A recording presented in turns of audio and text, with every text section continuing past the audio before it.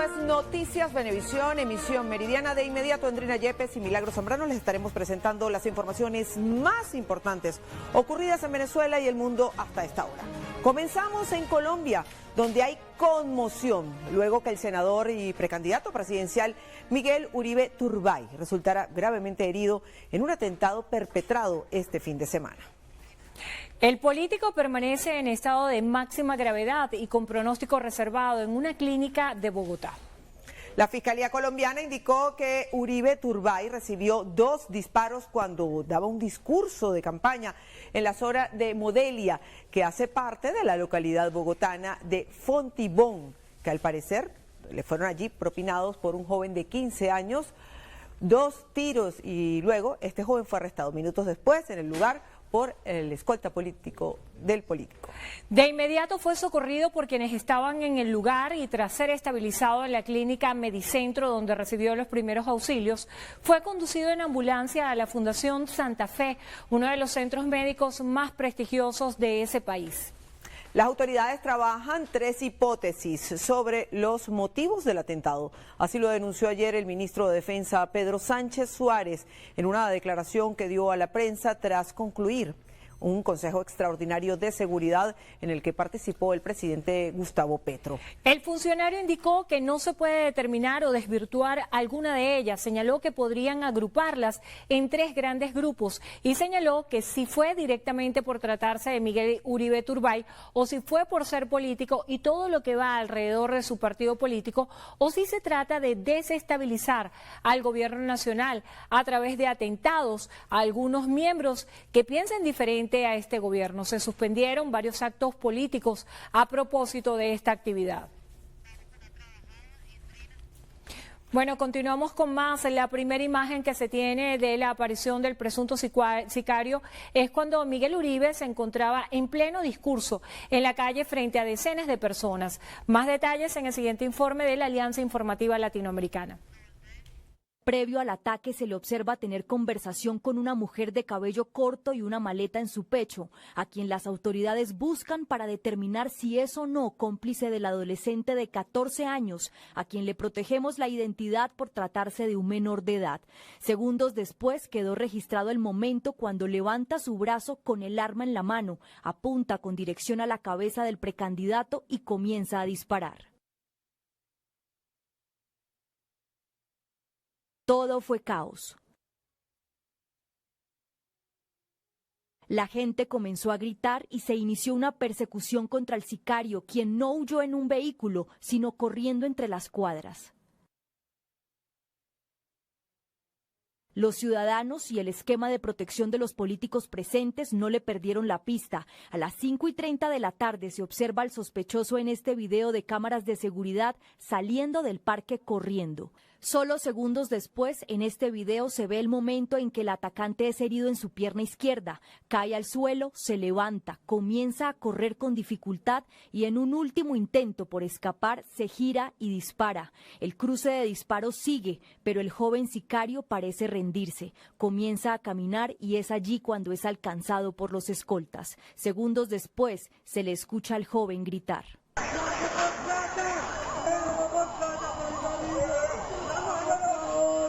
En este otro video se observa cuando fue sometido en un andén a pocas cuadras del lugar del ataque por varios escoltas y la policía. Ciudadanos enardecidos llegaron al sitio e intentaron lincharlo, pero la policía lo rodeó. Luego, el joven dijo que colaboraría.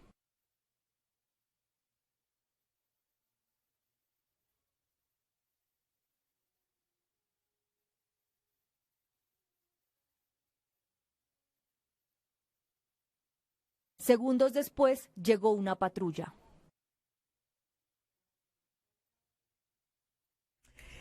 Y momentos después de lo sucedido, María Claudia Tarazona, esposa del precandidato presidencial Miguel Uribe Turbay, ofreció declaraciones desde el centro médico donde permanece hospitalizado. Escuchemos.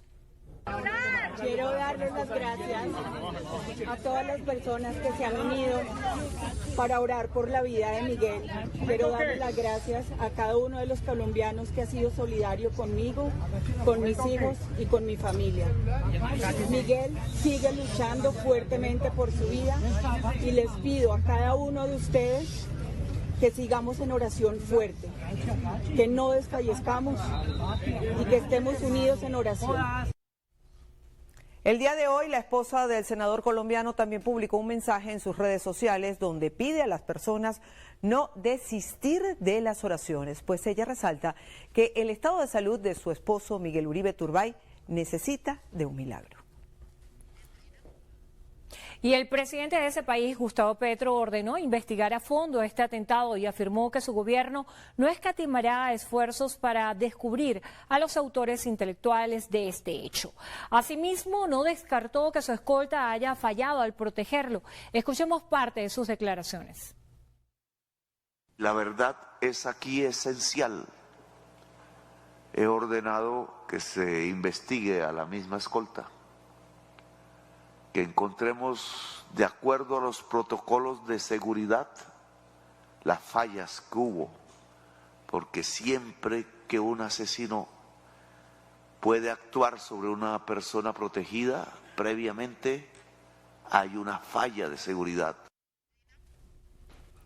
Entre tanto, rodeado de la cúpula militar, indicó que la investigación debe apuntar a identificar a los responsables de este ataque. Estamos los mejores profesionales, las mejores profesionales de todas las entidades del Estado para descubrir al criminal. Hasta ahora no hay más que hipótesis y las hipótesis no pueden ser descartadas de antemano, porque viciamos la ciencia de la investigación. Todas deben ser examinadas hasta que la maduración misma de la investigación nos lleve de la hipótesis a la certeza y por tanto a la acción penal y a la individualización de los criminales. Se conoció que el mandatario citó para el día de hoy a una reunión extraordinaria con los partidos políticos para hablar de la seguridad de los aspirantes presidenciales. Bien, varias reacciones internacionales han surgido tras el atentado al precandidato presidencial colombiano. En un comunicado, el gobierno de Venezuela condenó enérgicamente el atentado contra el senador colombiano y rechazó todos los actos de violencia que busquen afectar la estabilidad política y social de Colombia. Confían en que las autoridades colombianas llevarán a cabo una investigación exhaustiva y transparente sobre este suceso y expresaron su solidaridad con el senador Uribe Turbay, su familia y la población colombiana. Entre otras reacciones tenemos de Estados Unidos, donde el secretario de Estado Marco Rubio condenó de la forma más enérgica posible el atentado contra el senador Uribe Turbay y calificó la agresión como una amenaza directa a la democracia de ese país suramericano. Por su parte, en Argentina, el gobierno de Javier Milei condenó el ataque y expresó sus deseos por la pronta recuperación del senador. El gobierno de Cuba también condenó el hecho y abogó porque la región continúe siendo una zona de paz. También Panamá expresó su repudio profundo y pesar por el ataque. Bueno, y ahora nos acompaña ya en el estudio Estefanía Yambalvo con las actualizaciones sobre el estado de salud del precandidato presidencial colombiano Miguel Uribe Turbay. Cuéntanos, Estefanía, ¿qué actualización nos tienes a esta hora? Buenas tardes. Hola, muy buenas tardes. Bueno, según el reciente parte médico, se conoce en este caso del Centro de Salud, la Fundación Santa Fe de Bogotá, donde se encuentra ingresado Uribe Turbay, continúa en estado crítico y ha tenido poca respuesta tras las cirugías a la que fue sometido el sábado pasado. Vamos a hacer un contacto de inmediato con Daniela Pachón de la Alianza Informativa Latinoamericana. Ella se encuentra en Bogotá y desde allí nos amplía más información al respecto y también sobre el más reciente pronunciamiento de la fiscal general de Colombia, Luz Adriana Camargo, esto ante el ataque. Adelante, cuéntanos, buenas tardes. Permanecemos a las afueras de la Fundación Clínica Santa Fe, donde permanece recibiendo atención médica el senador y precandidato presidencial Miguel Uribe, luego de un ataque sicarial del que fue víctima el pasado sábado. Hace pocas horas la Fundación ha emitido el tercer reporte médico, un reporte, hay que decirlo, nada alentador, abro comillas. Continúa en estado crítico y ha tenido escasa respuesta a las intervenciones y manejos médicos realizados. Continuamos comprometidos con la ejecución de todos los esfuerzos necesarios que conduzcan a su evolución. Su situación reviste la máxima gravedad, por lo tanto el pronóstico continúa siendo de carácter reservado. Cierro comillas. Al tiempo que se conocía este informe médico, también la fiscal general de la Nación, Luz Camargo, desde la Fiscalía, daba una rueda de prensa hablando de los avances de las investigaciones. Más de 100 videos a través de cámaras de seguridad, entrevistas a por lo menos 30 testigos de este momento, allanamientos a la vivienda de la casa de la abuela del joven que disparó el arma que atentó contra la vida de Miguel Uribe, también en la vivienda de la tía de este joven, pero además hablaron del origen de este arma. Es un arma que proviene de Estados Unidos, que es exclusivamente usada por la fuerza pública, y continúan las investigaciones mientras este joven de 14 años también está recibiendo atención médica bajo extrema seguridad de parte de las autoridades. Son los dos reportes más recientes. Para Venevisión, informe desde Bogotá, Daniela Pachón. Buenos días. Muchas gracias, Daniela Pachón. Y entre tanto, tenemos el testimonio de un auxiliar de enfermería de la ambulancia que trasladó con urgencia al precandidato presidencial Miguel Uribe Turbay a la clínica Medicentro, que era la más cercana al lugar de los hechos y donde recibió atención inmediata. Vamos a escuchar parte de sus declaraciones. Nosotros íbamos pasando, nos hicieron la parada, fue cuando al señor Uribe pues ya le habían hecho el atentado, le practicamos pues los correspondientes primeros auxilios y le trasladamos acá para la clínica Medicentro Familiar de Fontibón. Tenía los ojos abiertos pero no alcanzó a mencionar nada. En compañía de sus escoltas y de un amigo, nos subimos a la ambulancia y lo trajimos lo más rápido posible para acá. Estaba muy mal, la verdad, estaba muy inestable, pero venía con signos vitales normales.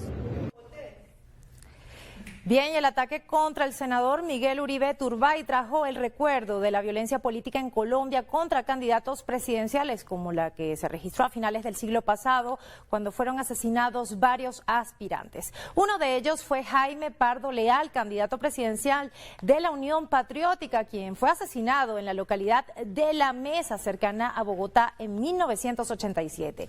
Entre tanto, Luis Carlos Galán Sarmiento, de 45 años de edad, fue asesinado en 1989 durante un acto de campaña a la presidencia en la plaza principal de Soacha. El político es el padre de Carlos Fernando Galán, actual alcalde de Bogotá. 7 meses después, en marzo de 1990, Bernardo Jaramillo Osa, quien fuera candidato presidencial del partido de izquierdas Unión Patriótica, fue asesinado en el aeropuerto de Bogotá cuando se disponía a viajar a la ciudad de Santa Marta. Y en menos de un mes, el 26 de abril de 1990, el candidato presidencial Carlos Pizarro, quien fue comandante de la guerrilla del Movimiento 19 de Abril, M19, fue atacado con un arma de fuego por un sicario que le disparó en un avión en pleno vuelo en el que viajaba a Barranquilla para un mitin electoral. Por otro lado, recordemos que el precandidato presidencial Miguel Uribe Turbay es nieto del expresidente de Colombia, Julio César Turbay Ayala.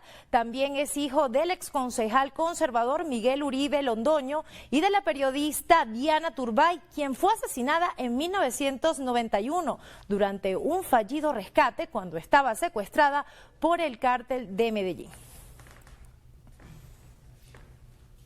Bien, y hasta el centro de salud donde se encuentra ingresado el precandidato presidencial Miguel Uribe Turbay, ya se han acercado algunos exmandatarios de Colombia como Iván Duque y Álvaro Uribe Vélez, quien recientemente hizo una denuncia en sus redes sociales señalando que ha sido informado por inteligencia internacional sobre la presunta preparación de un nuevo atentado en su contra. Esta es la información que está en desarrollo y estaremos ampliando en las diversas emisiones. Volvemos con ustedes, Milagros Endrina.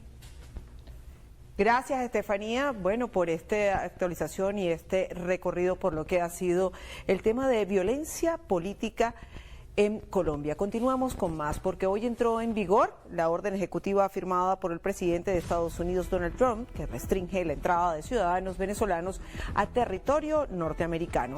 La disposición publicada el pasado miércoles suspende la emisión de visas de no inmigrantes para venezolanos, incluyendo la de turismo B1 y B2, negocios y estudio, y solo aquellos con residencia permanente, green card o visas válidas previamente aprobadas podrán ingresar al territorio estadounidense, según establece la orden publicada por la Casa Blanca. La comunidad venezolana en Estados Unidos y grupos de derechos humanos han criticado la decisión, argumentando que perjudica a miles de familias. Por su parte, el gobierno venezolano calificó la orden como otro acto hostil de la administración Trump y asegura que continuará denunciando las agresiones en foros internacionales. Mientras tanto, el Departamento de Seguridad Nacional reforzará los controles en fronteras, aeropuertos, para garantizar el cumplimiento de la orden. Tras la reciente medida estadounidense, es necesario aclarar algunas dudas, en especial sobre quiénes quedan exceptuados de la decisión, y para eso hacemos un enlace con nuestra sala de redacción, porque William Sánchez nos tiene más detalles. Buenas tardes, William, te escuchamos. Sí, buenas tardes, gracias por el contacto que establecemos a esta hora. La proclamación, que tiene un plazo de 90 días para que el secretario Marco Rubio entregue un informe al presidente Donald Trump, dándole seguimiento y recomendando si se continúa con dicha disposición, tiene varias excepciones y contempla a varias personas, entre ellas quienes definitivamente tienen visa vigente y se encuentran dentro del territorio estadounidense. Sin embargo, nosotros contactamos con la abogada migratoria Yesenia Yacono y esto fue lo que nos dijo. Por ejemplo, una de las grandes excepciones es que si ya tienes residencia permanente americana o de Estados Unidos, puedes entrar al país y no vas a tener problema.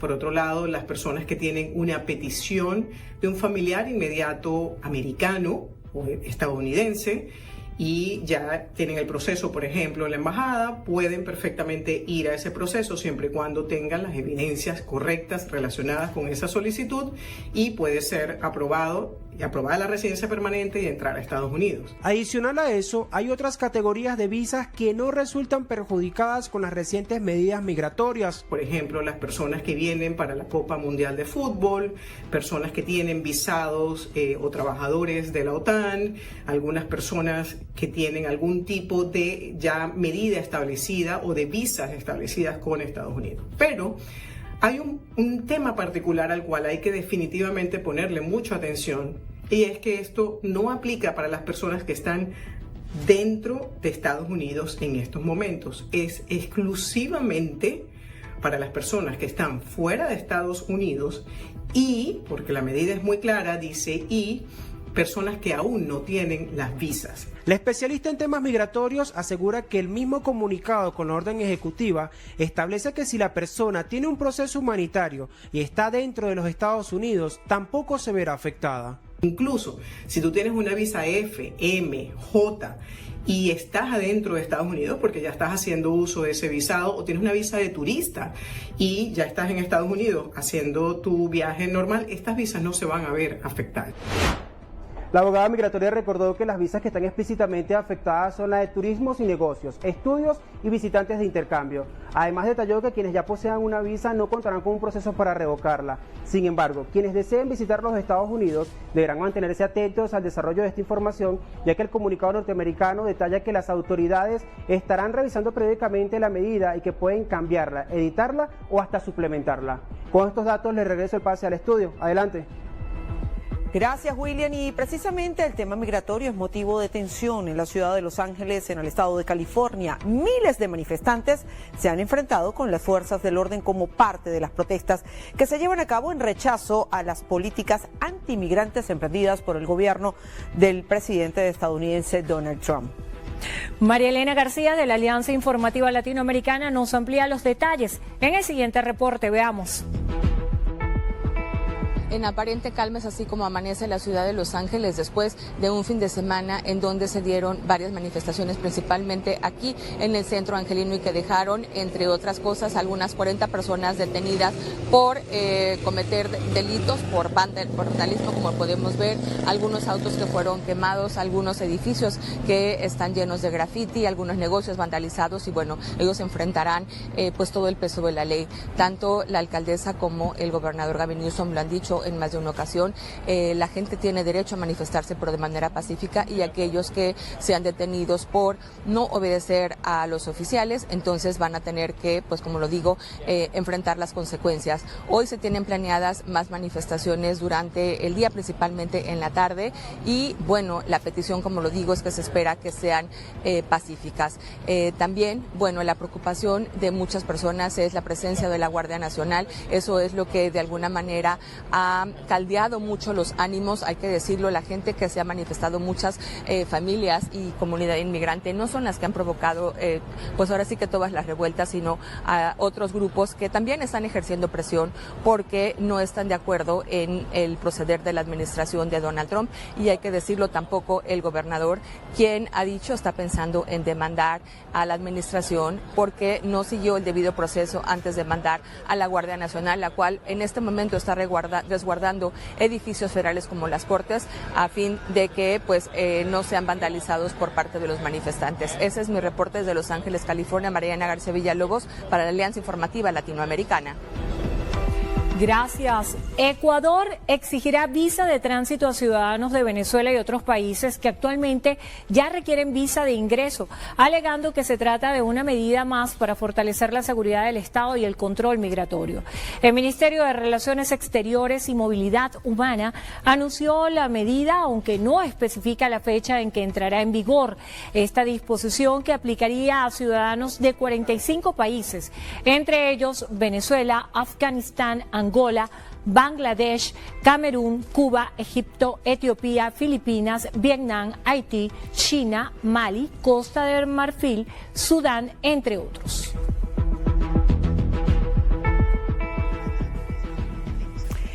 Bien, y con profundo pesar hoy recibimos la triste noticia del fallecimiento de Patricia Fuenmayor, comunicadora social, ex Miss, modelo y presentadora, una venezolana que brilló con luz propia y una excelente, por demás, amiga y compañera de trabajo de esta casa.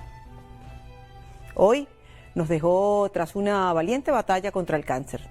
Su carisma y talento la llevaron a conquistar audiencias internacionales, llevando siempre en alto el nombre de Venezuela. Recordemos siempre su alegría, profesionalismo y dedicación a sus familiares, hijos, en especial amigos. Enviamos nuestras más sentidas condolencias. Más detalles de su trayectoria y de su paso por los medios nacionales e internacionales los tendremos más adelante en Estrenos y Estrellas con nuestra compañera Nieves Sotelo. Conmovidos con esta noticia, hacemos nuestra primera pausa. Al regreso venimos con más información, no se aparten, ya volvemos.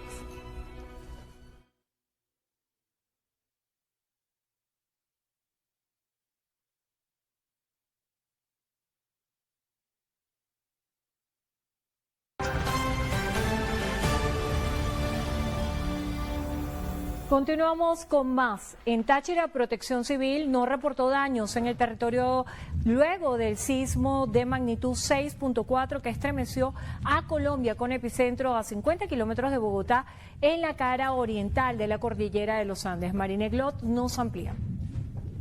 El movimiento telúrico que sacudió ayer a Colombia dejó estragos en varios departamentos de ese país, pero en el estado Táchira, aunque se sintió en la frontera, en poblaciones de la zona sur como El Piñal y San Josecito, no dejó consecuencias de ningún tipo. El municipio del eje metropolitano ninguno tuvo afectaciones gracias a la política de mitigación de riesgo que viene realizando desde la gobernación del estado Táchira. Pero afectó hacia el lado de Colombia, no afectó hacia el lado venezolano. Y allí pues vamos a estar mucho más atentos y estableciendo lo que es el contacto permanente con los comités de riesgo en las diferentes zonas del estado Táchira. Con relación a las lluvias, Protección Civil no reporta emergencias hasta el momento en Táchira. En algunos sectores siguen las altas temperaturas en el día. No hay zonas aisladas. En lo absoluto, en lo absoluto. Las precipitaciones, ya sea en la zona sur, que normalmente genera este tipo de aislamiento a algunas comunidades, producto de que son inundaciones de planicie, no tenemos en lo absoluto incremento de caudal y mucho menos salida de su cauce. Se han mantenido en sus parámetros normales los caudales en los diferentes afluentes hídricos del estado Táchira. Porque precisamente es la transición del periodo de menos lluvia al periodo de lluvia. Siempre en la transición se manejan algunas altas temperaturas, repito, en horario diurno, y por ello pues se registran algunas precipitaciones por el mismo calentamiento diurno, ¿no? El proceso de evaporación pues genera pues en la topósfera lo que es las precipitaciones en horas nocturnas, ¿no? Debido a las fuertes precipitaciones que se están registrando ahora en el estado debido al paso de la onda intertropical número 4 por el país, los comités de riesgo están en alerta máxima. En Táchira, Marine Glot, Noticias Venevisión. Y la Sociedad Venezolana de Poricultura y Pediatría informa que por la temporada de lluvia es normal la circulación de diferentes virus en el medio ambiente. Diana Vázquez nos trae más información. Adelante, Diana. Buenos días, te escuchamos. Gracias por el contacto y vamos a conversar en este momento entonces con el doctor José Lee Torres, quien es alergólogo, inmunólogo y secretario de la Sociedad Venezolana de Poricultura y Pediatría, sobre todo cuando estamos en el periodo lluvioso y es tradicional que en este momento hayan virus en el medio ambiente, pero usted nos pudiese precisar cuáles son esos que estuviese afectando a la población venezolana. Sí, muy buenas, muchísimas gracias por el contacto. Es importantísimo saber que este es el momento en el que normalmente hay una gran cantidad de virus circulando por justamente el tema lluvioso. Ese tipo de clima hace que los virus sean mucho más emergentes, que haya mucho más presencia de ellos en todo el ambiente y por supuesto en ciudades como Caracas, que son valles y que están un poquito más encerrados, también es importante que ellos aparecen de manera frecuente en este momento. De los virus que están circulando, muchísimos. COVID no se ha ido, sigue presente, también el metaneumovirus, el neumovirus, todos estos virus que están presentes desde hace muchísimo rato circulando, simplemente exacerban su circulación, pero son los mismos virus que hemos tenido durante todo el año. Doctor, y también una precisión, porque hay polvo del Sahara, incluso hay reportes oficiales del INAME que hay polvo del Sahara, entonces esto también puede complicar estas afecciones respiratorias. Sí, por supuesto, el polvo del Sahara, recordemos que son partículas que vienen traídas por el viento y que afectan a todos los pacientes en general, pero a los pacientes alérgicos los afectan más porque ya tienen un cuadro irritativo. Ahora, la lluvia nos favorece porque la lluvia limpia un poco el ambiente, entonces ahí como que un jueguito porque la lluvia mejora la situación con el polvo de Sahara. El problema es cuando no está lloviendo que esto se exacerba. Bien, agradecemos entonces al doctor José Lee Torres, quien es alergólogo, inmunólogo y secretario de la Sociedad Venezolana de Puericultura y Pediatría, quien decía que estos virus son normales en esta temporada del año por la combinación de los agentes que hay en el medio ambiente, entre la lluvia y también el polvo del Sahara, por lo menos en la ciudad capital. Y con esta información retornamos con ustedes al estudio. Gracias, Diana. El Ministerio Público inició las investigaciones por una nueva agresión de un transportista a un pasajero con discapacidad. Esto sucedió en Los Teques, luego de que un video del incidente se viralizara en las redes sociales. Para conocer más detalles, establecemos un contacto con nuestro compañero Alberto Rebeto. Sí, gracias por el contacto. En efecto, el video que se viralizó rápidamente muestra el altercado del conductor de la unidad número 6 de la Ruta del Paso con un pasajero con discapacidad. El hecho es investigado por la Fiscalía Tercera del Estado Miranda. El Ministerio Público designó a la Fiscalía Tercera de Miranda para investigar el incidente ocurrido este fin de semana, cuando un conductor de la línea del Paso agredió a un ciudadano con discapacidad en Los Teques. El anuncio fue hecho por el Ministerio Público a través de su cuenta en Instagram, donde publicó: el fiscal de la República, Tarek William Saab, informa que se ha designado a la Fiscalía Tercera del Estado Miranda para investigar y sancionar las violentas acciones cometidas por un transportista y su cobrador contra una persona con discapacidad, quien requiere muletas para caminar. Según las versiones recabadas, el conductor de la unidad número 6 habría obligado a bajar al pasajero por no llevar el pasaje completo. Este sería el segundo hecho en los Altos Mirandinos en donde los pasajeros denuncian presuntos maltratos por parte de los transportistas. El caso podría marcar un precedente para garantizar mejor trato a los pasajeros. Es parte de la información que podemos aportar hasta ahora y con ella retornamos con más de Noticias Venevisión. Gracias. Y de varios disparos fue asesinado un funcionario policial del estado Falcón. El hecho ocurrió en el sector Campo Caribe de la población de Boca de Aroa. Nuestro compañero Douglas Durán nos cuenta los detalles. Adelante, Douglas, te escuchamos. Gracias, estudio, por el contacto que realizamos a esta hora desde el estado Falcón. Este hecho ocurrió en el sector Campo Caribe de la población de Boca de Aroa, jurisdicción del municipio Silva, en la costa oriental falconiana. Según los reportes, Eloy Oxiso, quien además era funcionario de la Policía Nacional Bolivariana adscrito a la División contra la Delincuencia Organizada, recibió varios impactos de bala en su cuerpo. Quedó identificado como Marco Antonio Castillo Garrido, de 36 años de edad, oriundo de la ciudad de Valencia, estado Carabobo, y residenciado en el mismo sector donde ocurrieron los hechos. El funcionario se encontraba franco de servicio cuando fue baleado. Comisiones del Cuerpo de Investigaciones Científicas Penales y Criminalísticas, Policía del Estado Falcón y Policía Nacional Bolivariana iniciaron las investigaciones pertinentes para dar con el responsable de este homicidio. Es parte de la información que tenemos desde el Estado Falcón y con ella devolvemos el contacto a los estudios de Noticias Venevisión. Gracias, y bueno, a esta hora establecemos un nuevo contacto con Estefanía Yambalbo, nos tiene más información internacional. Así es, vamos de inmediato a revisar la situación. Ucrania, Rusia, que efectuaron el primer intercambio de prisioneros de guerra menores de 25 años, esto según informó hoy el Ministerio de Defensa ruso. Este canje se realizó en línea con lo acordado en la segunda ronda de negociaciones de paz celebrada hace una semana en Estambul, Turquía, según indicó el ministerio. Sin embargo, no especificó el número de prisioneros canjeados ni la fecha de próximos intercambios que se efectuarán en el formato todos por todos, pero no menos de 1.000 personas. Esta primera etapa del canje tiene lugar en medio de una polémica en torno a la devolución por parte de Rusia de 6.000 cuerpos de soldados ucranianos caídos en combate. Y en temas del clima tenemos que el secretario general de la ONU, Antonio Guterres, inauguró hoy la tercera cumbre sobre los océanos en Niza, Francia, que busca frenar la rápida degradación de los mares, fundamentales para la producción de oxígeno y para regular el clima. La ciudad francesa reúne a 56 jefes de Estado y de Gobierno.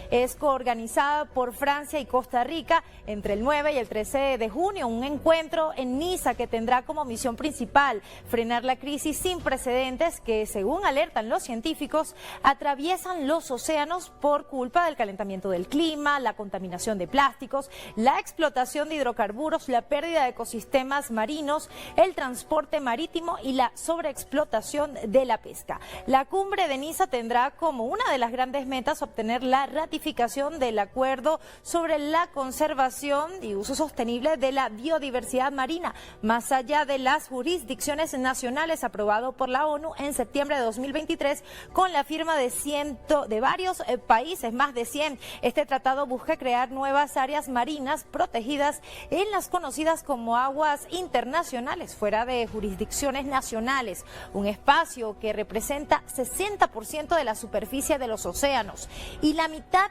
del área del planeta, así como podría alcanzar para 2030 el blindaje de al menos 30% de la superficie oceánica. Bien, y cerramos en Arabia Saudí, donde entre fuertes medidas de seguridad, pero afortunadamente sin incidentes, más de 1,6 millones de fieles finalizaron la peregrinación a la Meca, uno de los eventos religiosos más multitudinarios e importantes para los musulmanes. Desde el amanecer de este lunes, cientos de miles de fieles realizaron el ritual de tawaf o despedida, que consiste en dar otras 7 vueltas alrededor de la Kaaba, el edificio cúbico ubicado en el centro de la gran mezquita de la Meca, para concluir su hajj y regresar a sus hogares o a Medina para rezar en la mezquita del profeta. De esta manera se pone fin a una semana llena de ritos multitudinarios, como la tradicional lapidación del diablo, acto simbólico en el que tiran piedras contra 3 pilares para ahuyentar al mal durante 3 días, y la celebración de la fiesta del sacrificio, en donde fieles sacrifican un animal, normalmente un cordero, en recuerdo al sacrificio de Abraham. Hasta aquí las noticias internacionales en lo que pasa en el mundo. Andrina Milagro, seguimos con ustedes. Gracias, Estefanía. Con esta información hacemos una nueva pausa. Al regreso, información deportiva. Quédense con nosotros, ya volvemos.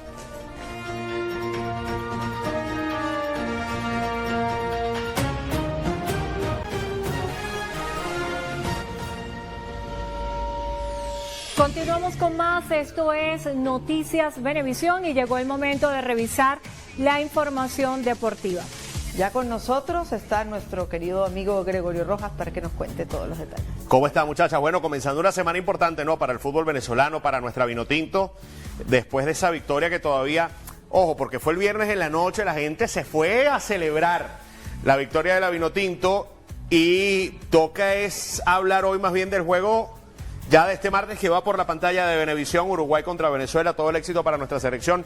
Vamos a tener 4 juegos este martes de las eliminatorias, 3 en señal abierta, una exclusiva de Venevisión Play, por supuesto como plato central, el Uruguay-Venezuela por la pantalla de Venevisión. Ya vamos a estar hablando mañana a una antesala mucho más cierta de cada uno de los partidos. Pero vamos a comenzar con béisbol de Grandes Ligas, porque Eugenio Suárez está muy cerca de los 300 cuadrangulares. No solo está cerca de los 300 cuadrangulares, sino que ya está en el tercer lugar de la lista de jonroneros de todos los tiempos en la gran carpa entre los venezolanos. Detrás de Andrés Galarraga y de Miguel Cabrera, ahora igualó a Magli Ordóñez con 294 jonrones de por vida en la gran carpa. Vamos a las imágenes del juego entre los Cascabeles de Arizona y los Rojos de Cincinnati. Segundo episodio, 5 corredores a bordo. Eugenio Suárez, tablazo por el jardín central. Jonrón 18 de la campaña para Eugenio Suárez. Lamentablemente para él no fue suficiente para ayudar a la causa de los Cascabeles, que cayeron ante los Rojos 4-2 en este compromiso. Suárez bateó de 4-1 con empujada y anotada.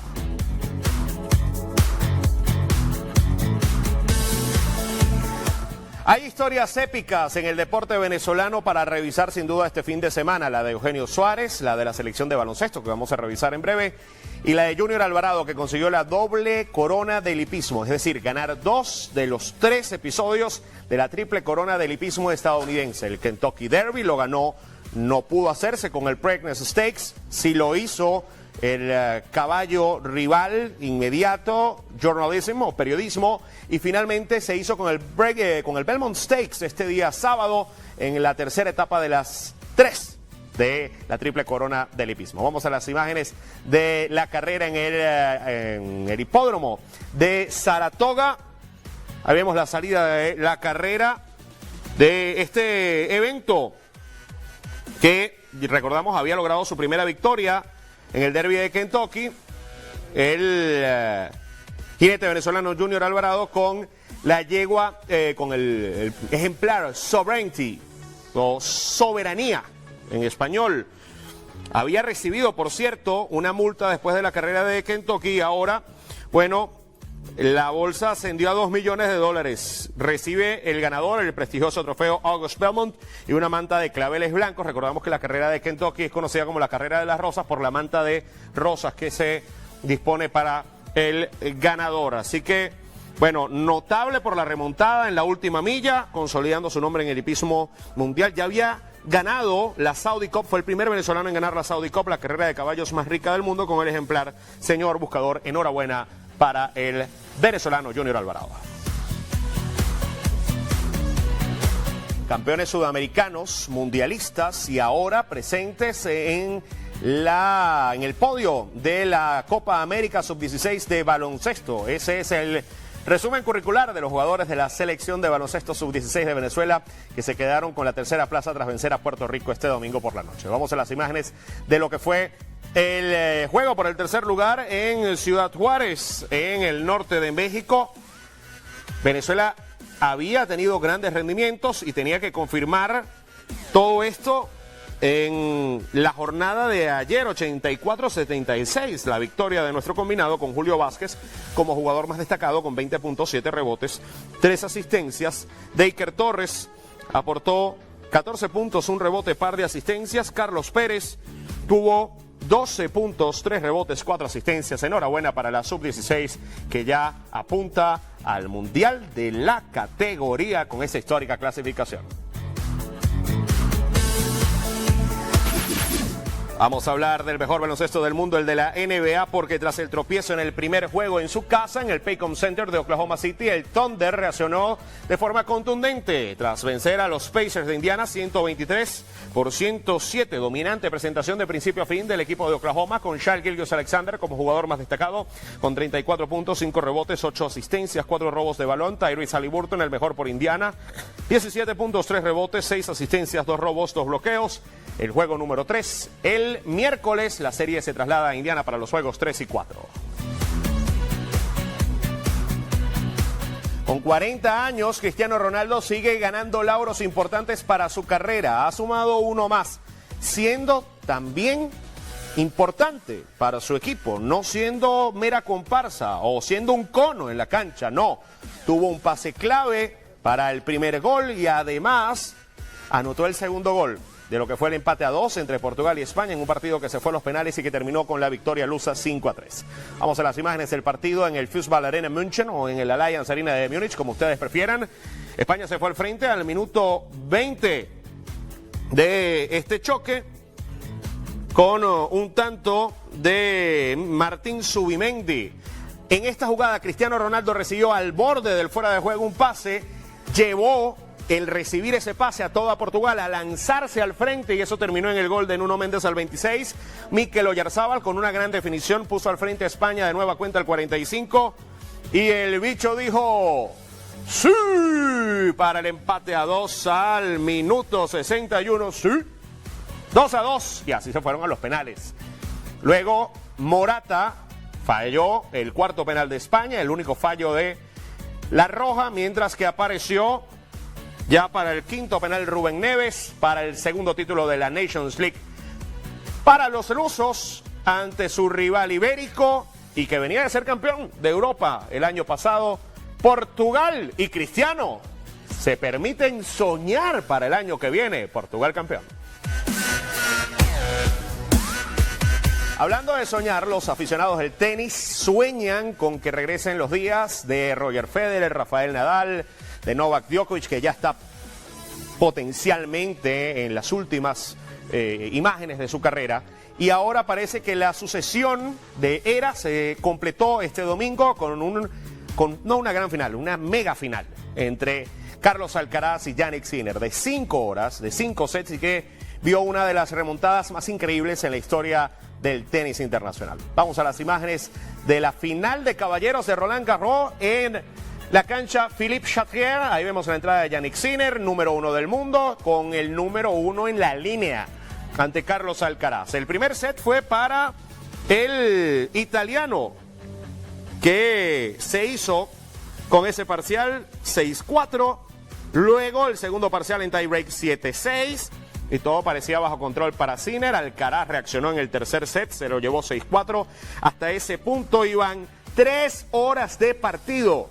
1 hora por set. Vean esto, este error de Alcaraz desembocó en que Sinner tuviera 3 puntos para campeonato. Lo salvó los 3 y logró sacar el cuarto set en tiebreak 7-6 Carlos Alcaraz. Y en el super tiebreak, ahí está el punto que le dio el cuarto set. Y en el super tiebreak a 10 puntos del quinto set, vean esto, qué forma de terminar con un campeonato. Un passing shot espectacular de derecha por el borde de la cancha. 4-6, 6-7, 6-4, 7-6, 7-6. No es el número telefónico de nadie. 5 horas y 32 minutos de partido para el quinto Grand Slam de Alcaraz, segundo Roland Garros. Hasta aquí los deportes en Noticias Venevisión. Fuerte abrazo para todos. Recuerden, mañana hay pleno de partidos de las eliminatorias al Mundial. Uruguay contra Venezuela, 6 la antesala, 7 el pitazo inicial por la pantalla de Venevisión con el equipo campeón, soñando con el Mundial, porque, muchachas, hay licencia para soñar. Feliz tarde para ustedes. Así es, la fe sigue viva y bueno, este encuentro va a ser muy importante que vamos a tener el día de mañana, así que vamos a estar bien atentos a la pantalla de Venevisión. Sí, señor. Bueno, mañana desde muy temprano vamos a estar acá. Va a ser una jornada larga, pero esperamos que podamos celebrar todos al final, cerca de las 9 de la noche, ese triunfo. Con el equipo campeón de Venevisión. Muy importante. Amigos, hacemos una pausa y ya volvemos.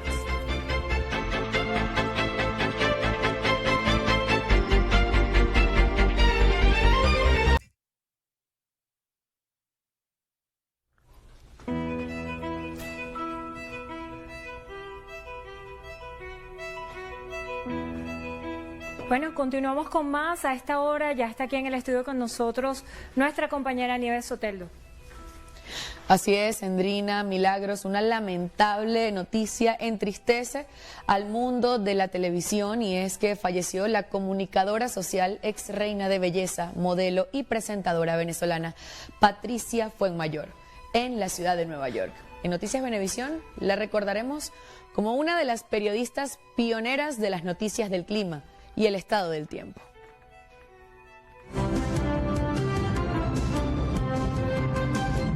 Hola, ¿qué tal amigos? Muy feliz tarde y sean bienvenidos a las noticias del tiempo. El primer huracán de la temporada ya se formó y muy cerca de nuestras costas. Hola amigos, bienvenidos a este reporte especial del tiempo. Estamos en París en la celebración del Festival Internacional de la Meteorología 2000.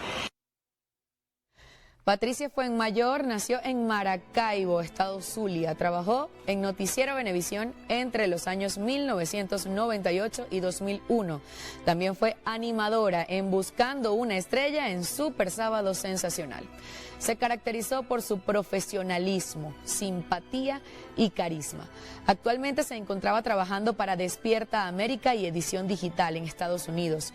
La animadora destacó por su lenguaje cercano y su interacción con el público a través también de sus redes sociales.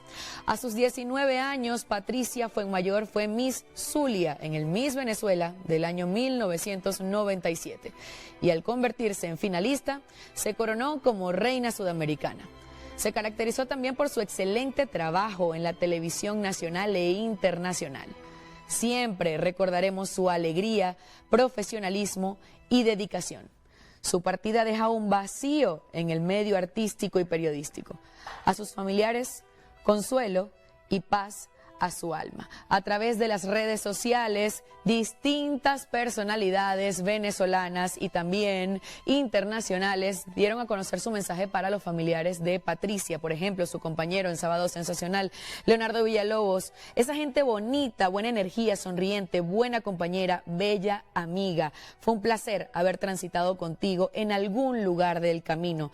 Dios te guarde, paisana. También Migbelis Castellanos dijo, una mujer con un corazón bueno y noble. Descansa en paz, Pati. Berusca Ramírez, excelente madre, profesional y mujer. Vuela alto, mi Pati. Dios te recibe a su lado para ser parte de su guardia celestial. Un abrazo y mi sentido pésame a toda la familia. La actriz Sonia Villamizar dice, hay noticias de las cuales no quieres enterarte. Hoy me levanté tan feliz un rato y después me entero de esta lamentable noticia. No sabía que tu salud estaba tan frágil, Patricia hermosa. Hoy volaste a otro plano, pero siempre me quedará ese bonito recuerdo tuyo de una mujer tan dulce, tan bella, con una sonrisa amable y una sencillez que te hacían más bella aún. El actor Luciano D'Alessandro dijo, de esas cosas que te cuesta creer. Descansa en paz, mi adorada Patricia. Mi cariño y abrazo para toda la familia. También Marjorie de Sousa se pronunció a través de las redes sociales, sin palabras. Descansa en paz, mi querida Pati. Dios te llene de mucha luz. Mariela Celis escribió, así te voy a recordar siempre. Alegre, dulce, buena gente. Tu partida me deja en shock, con una gran tristeza.